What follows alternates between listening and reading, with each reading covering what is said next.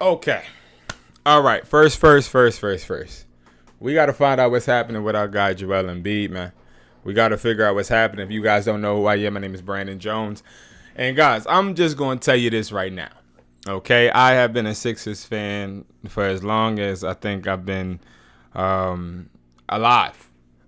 You know, Joel Embiid is a great player, but I think it's about time that we be honest with ourselves, right? And one thing I do know about Joel Embiid is that he feels like he has given us a lot, right? Us Philly fans, like if you're not from Philly, you don't even understand. But I'm gonna tell you, Philly fans, we don't play, okay?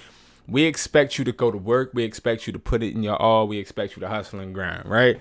Now, Joel Embiid is the opposite of that, right? I don't have any fancy videos to tell you, but I do want to react to this video that I just seen from Shams saying that Joel Embiid talked to ownership. And we need to get into this, man, because if I'm being real honest with you, man, I think that Joel Embiid, it's time for him to hang it up. Right now, I'm not one to say that he needs to retire, but I will say, man, it's time to hang it up. All right, let's see what they talking about, man. Impact of him missing games. It's like, are you serious? 40. So he played 452, but he missed 431. Like, and then they extended him. I'm gonna tell you something, man. It's all politics. If you ain't never played ball, then you don't even know. Ball is not about all the time how good you are. Sometimes it's just about politics. And Joel Embiid is a political asset for Philadelphia because they feel like, well, we can't do him dirty because he did so much good for us. He didn't. We never got past the second round. It's time for him to get the hell up out of here. You feel me? It's time for him to go. To catch up. By the end of the season, Joel will have been available for just 51% of the That's crazy games work, man. since he was drafted in 2014. Shams is back with us now. You broke the news yesterday, Shams, that Embiid has been ruled out for the rest of the regular season. How ultimately was this decision made? Now, one thing I will say before we watch the rest of this is Joel Embiid being ruled out for the rest of the season is really a disjustice to the customers that pay every night, right? Now, I've been to the Wells Fargo Center numerous times, numerous Sixers games. One thing I'll say is now tickets are lower than ever. And then two, the atmosphere is just not even how it used to be because there's no competition. We have the weakest players in the NBA, in my opinion. Tyrese Maxey is not a superstar. A superstar can carry his team. I don't believe Tyrese Maxey is a superstar. I think he's a star. I think that Tyrese Maxey is good. I just don't think that he is a superstar. Paul George, he has a whole bunch of different other issues that I do want to talk about, but we'll do that later.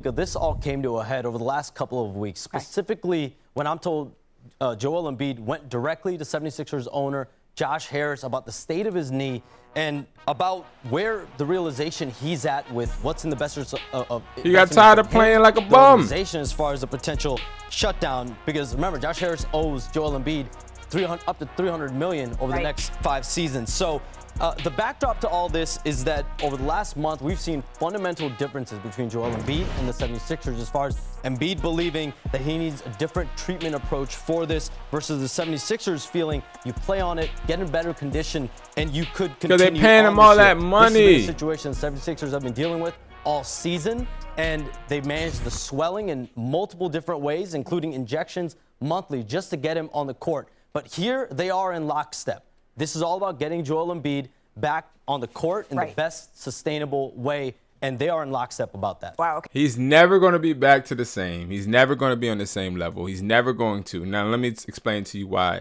When there is knee issues in a player this early, now I know you may think he's old. He is not old, okay? How old is Joel Embiid, man? Let's see. How old is Joel Embiid, right? Joel Embiid, I believe, okay, he's 30 years old, right?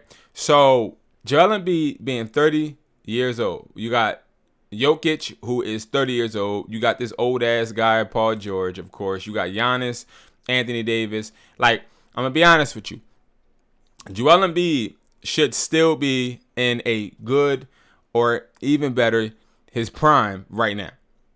He's missing his prime now because he hasn't obviously been taking care of himself as much as we would have liked. And to everybody out there that's like, yo, a lot of tall players have these issues. You're right. A lot of tall players have these issues when they act with no discipline. Now, what I mean by that is, yeah, you're making a bunch of bread, but how much bread are you investing into your body? Now, I'm not one to say how much money he's investing into his body, but I'll tell you this.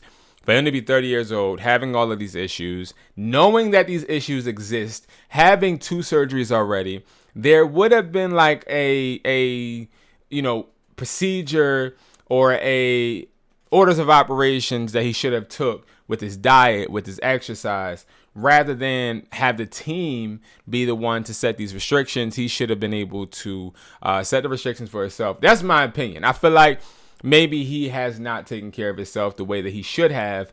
I don't think that he is somebody that doesn't care for the game. I don't think he's a Ben Simmons, that bum. I don't think he's that. But I do feel like Joel Embiid definitely should be, or should have been, more cautious with his body, especially if you're known for all the injuries. Every time I go to the LA Fitness, I get injured. So I got to be 2 days rest, 1 day go ball. I go to the gym maybe 2 times a week to play ball instead of going 5 days, because I understand the more I play, the more I get injured because I don't take care of my body the way that I should to avoid these injuries. And it's the same thing for him, but it's crazy because he's getting paid all this money for doing nothing. And if you've seen his body language on the court, bro, if you've seen his body language is off. It's always been off. If you ever watch a Sixers game, I want you to watch his body language. I want you to watch how when something doesn't go right, he flares his arms and how he mopes around like a little baby. Those type of things can become very, very detrimental to the team, to the atmosphere. And that's something I just don't like about him, is that he is just somebody that for some odd reason always you can see it, right? Like, it's not like a superstar that puts it aside and maybe talks to his teammates on the back end. No, you can see he's frustrated, which, yes, frustration comes. But not when you're a superstar, you're 30 years old, and you got problems. You need to be trying to make people around you better instead of relying just on yourself. And that's just what I feel. And I do sympathize just a small tad bit for him, but not really, because I personally feel like he shouldn't have played this year in the first place. I feel like he probably should have just said, you know what? I'm going to just sit out. I don't care what people think. But see, Philly fans, including myself, we put pressure. And the pressure is warranted when you're getting paid millions of dollars. You feel me? I don't care. I think that, again, we are the best fans, but also the most realistic fans when it comes to how we want you to perform to reach our expectations. And you might say our expectations are high. It's not. Like, we should have been with the Ben Simmons and Embiid era NBA champions. If it wasn't for the Kawhi Leonard shot, we would have been. But other than that, we ain't getting nowhere. And Tyrese Maxey is a great piece, but he's not a superstar yet. A superstar doesn't go 1 for 1,000 just because their fingers dislocated or just because they have a small minor injury. We got to get back to finding a player that is dominant. And I just don't think Tyrese Maxey's dominant. It's 2 different things. He's a great star, but he's not dominant. He's not the person to carry the team. Okay, but it took Joel Embiid going to ownership for this decision to come to a head. Shams, thank you very much for that information. So in terms of the next steps on his path to recovery here, we don't know exactly what's next, but what we do know is that Joel Embiid, he went over Sixers team president Daryl Morey's head and went directly here to Josh Harris, someone who also works with Josh Harris in a consulting role for the Washington Commanders. Bob, that's you. What does this say about Joel's relationship here with the front office, with the team? Well, not as much as you'd think, Malika. I mean, the ownership involvement in the NBA is much more than many people think. These teams are worth billions of dollars. Used to be you buy a team for $50 million and you let the GM do whatever he wants. Those days are over. Owners, and you guys know this, you all know this, and Shams certainly knows it. They're making deals. Right. They're certainly talking to stars that they owe a couple $100 million to. They're hearing from stars. They're speaking to the media. They're talking to other owners about deals. They are getting on the phone. So that part, Malika, I know what it looks like, but that's pretty commonplace these days and something like that. As far as what it means, I think the most important thing Shams said was they're in lockstep now. Well, they have to be in lockstep now because he's owed a lot of money, and they're both motivated to get this right. They're both motivated to say, okay, whatever happened. You're done for the season. Let's figure out the best course. Couple of things. Number one, he's been on the injured list about 7 times this year. Number two, he's missed about 431 career games. He's only played in about 452. That's abysmal. Obviously, it's due to injury. We know that when Joel Embiid is healthy, he is an absolute superstar in this game. But number three, I want to get a little personal here, Bob, and tell you, love you to death, love working with you. I do not believe you with what you just said. I'm going to tell you in front of national. I don't believe you. Let me explain. Let me explain. Okay. I do not believe you. Yo, Stephen A. Smith be at they necks, bruh. With this, I'm not talking about what you're saying about owners. I'm talking about what you're saying about you. Okay. Josh Harris is the owner of the Washington Commanders of the National Football League, paid over $6 billion to get that team. He's got Magic Johnson as a minority owner. He has a 4-time champion consulting him as well. That 4-time champion was with the NBA, not the NFL. Magic Johnson's a 5-time champion in the NBA, not the NFL. But he's got 9 rings connected to him in the NBA. But no, he's not going to talk to you about this team that he owns in the NBA. Stop it. Just stop it. Go ahead, Perk. He caught him. He capping. That's a fact. And I think, again, this is who the Sixers need to get rid of. This bum. Daryl Morey. I suppose Daryl Morey, this bum. He needs to go. He got to go. Because I'll tell you this right now. This is one of the worst individuals I've ever seen run the team. Now, when he first came, I thought this guy was about to be that guy. I thought he was about to turn us around. He is absolutely, and I got to go full swing, garbage. He trades for James Harden, who is a great asset, but, okay, doesn't communicate with him during the summer, creates a bad relationship. I feel like James Harden was actually a good Sixer. I feel like James Harden, though, he wasn't what we needed. And, you know, if I'm being real and honest, I feel like we honestly needed a leader. We needed somebody that would actually be vocal. Because Embiid, as we already seen, if you're a Sixers fan, if you're not, this might be the first time you're hearing about it, but Maxey had to call out Embiid. And it's like, he had to call him out for not being in team meetings, not being a leader. I'm going to tell you something. I don't think the Sixers have any solidified leader on their team. And see, that's different. When we had Patrick Beverley, we had a leader. Now, he wasn't the best player. He wasn't the strongest player. He didn't average a whole bunch of points, but he was a leader, and we traded him. Danny Green, we traded him. We traded all of these players that actually were leaders. Jimmy Buckets, we traded him. Now, I don't think I would ever like Jimmy Butler as a person. Okay, I really don't. I think Jimmy Butler as a person could be annoying. But as a player, I don't think he's as good as people like to say, but I think that he has an attitude that is going to resonate with the whole team and influence everybody to being that dog. I thought Kyle Lowry was going to be that, but he's not. He's a pup. He's an old pup. He's one of them dogs that you see in the park that's old as dirt. They done ran their last days and now limping all around. He ain't it no more, okay? That he's been hurt for 18 months, okay? He ain't getting back on the court because he's a consultant at this point, okay? He's a bum. Now, I like Kyle, but I'm saying, when I say he's a bum, not necessarily trying to throw dirt on my guy. What I'm saying is, it's a wrap for him, okay? We had Eric, and we still do, have Eric Gordon on our team. Eric Gordon. Listen, this guy, I want y'all to see. This guy right here. This guy, Daryl Morey, signed Reggie Jackson. No. Now, Reggie Jackson did absolutely nothing for us. This guy right here traded away Buddy Hield. No, excuse me. Let him walk away. We traded for Buddy Hield. A whole bunch of assets.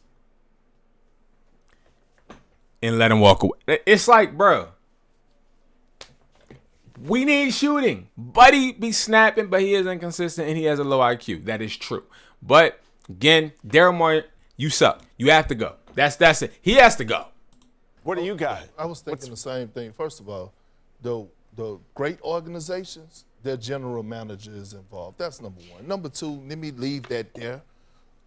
Joel Embiid, it's time for him to switch his mindset.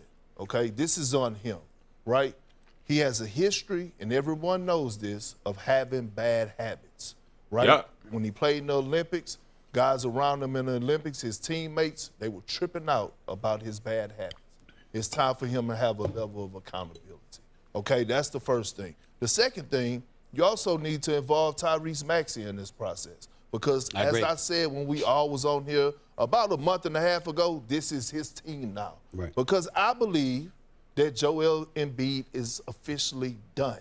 When I say done, not retiring, I mean done as being that guy again. Even when he comes back next year, he's still not going to be that MVP All-NBA Joel Embiid. That don't mean he can't go out there and give you 19 and 9. He's just not going to be that franchise guy again. So it's time for him to get his mentality right and his habits right. So, Bob, is Stephen A. right? Has he talked to you about this? No. Look, and then separately, if he has, go ahead. Look, my thing is, Malika, is that these decisions that are made, this stopping him from playing basketball, I think we all were saying that's the right decision. The bigger decision is what happens now, right? And sure, if somebody says, what do you think should be happening? They know what they're doing. It may not look like it, but they know what they're doing. He's trying to skate. Guys, figuring out a chronic knee issue is not easy. Sometimes. It's not easy. I dealt with this with McGrady. I dealt with this with Brandon Roy as an agent. It's not like do this. And I didn't mean for you to be put on the spot. I didn't want you to be asked that question. All I wanted you to do is know nobody believes that an NBA owner has you. Let me just offer they ain't a ask glimmer you of no hope question. here for the second. Nobody I'm not a believes doctor, that. though. May I? I don't know the answer to these things. Man, listen, I'm going to tell y'all this right now. We need some new leadership. All of my Sixers fans out there, I don't listen, I didn't cancel my YouTube TV membership. I ain't watching no more games. It's a wrap for me. This ain't no 76ers YouTube. Okay, this ain't none of that. Because I'm not covering no bums. And that's what the Sixers are right now. Bums. They don't have any competitive edge in them. And yes, this is right after the Warriors game. And I mean, we beat the Warriors, but the Warriors suck. Now you might be like, yo, B, what are you talking about? The Warriors suck. Man, number one, okay, Stephen Curry and the bum Draymond Green isn't going nowhere. They can add Jimmy Butler, Kevin Durant. They can add whoever they want. They're not getting out the West. The reason they're not getting out the West is because they don't have it anymore. It's not their time no more. Okay, Steph is great, but it's, in my opinion, they don't have the dog. Draymond Green, he's a dog, but he's an old dog. He's a dog that, again, limping. He's limping around. He missed about 2 of the 3 at the rim buckets yesterday.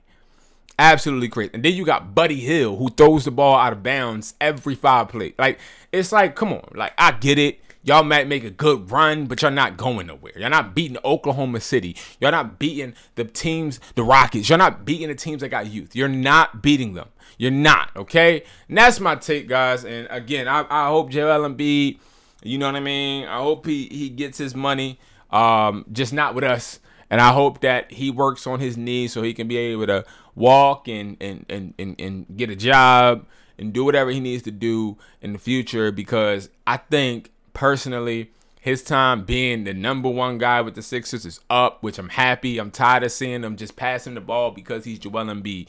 Bro, a center is not going to be the player that gets your team across the hump, ever. Okay? You're going to need wing players. You're going to need a point guard. You're going to need a team system. Just dumping it in the post or dumping it to a center that wants to shoot 3-pointers about 40% of the time, or even just giving the ball to the center and thinking that he's going to be the distributor. He's not Jokic, okay? It's time for us to just, I was one of the main advocates. Jokic is not better than Embiid, and Embiid is better than Jokic. Listen, it's over. It's over. My fault. I'm sorry, Jokic. I'm so sorry. You're still, in my opinion, a bum, but I will say you're better than Joel Embiid. But you're still a bum, in my opinion. And the reason I call him a bum is because I don't think that he is all that. I think he's hyped up. I think he is in a system where it fits him, but I personally don't feel like he is a one-in-a-lifetime generational talent. I don't think that. You know what I mean? I think somebody like Wemby or somebody like Bo. I think Bo is a really good player, but I can't. I'm not sold on Jokic. And I might be wrong, but he's definitely better than bum behind Joel Embiid. And the reason why I'm calling him a bum is not because he's hurt. Even when he was doing great, he was scoring 50 a game, right? All of that was good, but in my opinion, he wasn't making people around him better, which to me, that makes you less of a player. If you score 100 points and all of your teammates are not being better around you, to me, you're not a superstar and you're not a franchise player. I think a franchise player, instead of just scoring points, should be that individual that makes people around them better, that makes everybody fit, okay? That builds chemistry, that holds people accountable because he holds himself accountable. This guy don't hold his damn self. He be jogging down the court. I'm telling you, right, you got to see it in person if you haven't, because he be jogging and he does not, in my opinion, really have that hustle. That's just my opinion, guys. Thank you so much for watching. Make sure you guys subscribe. Peace.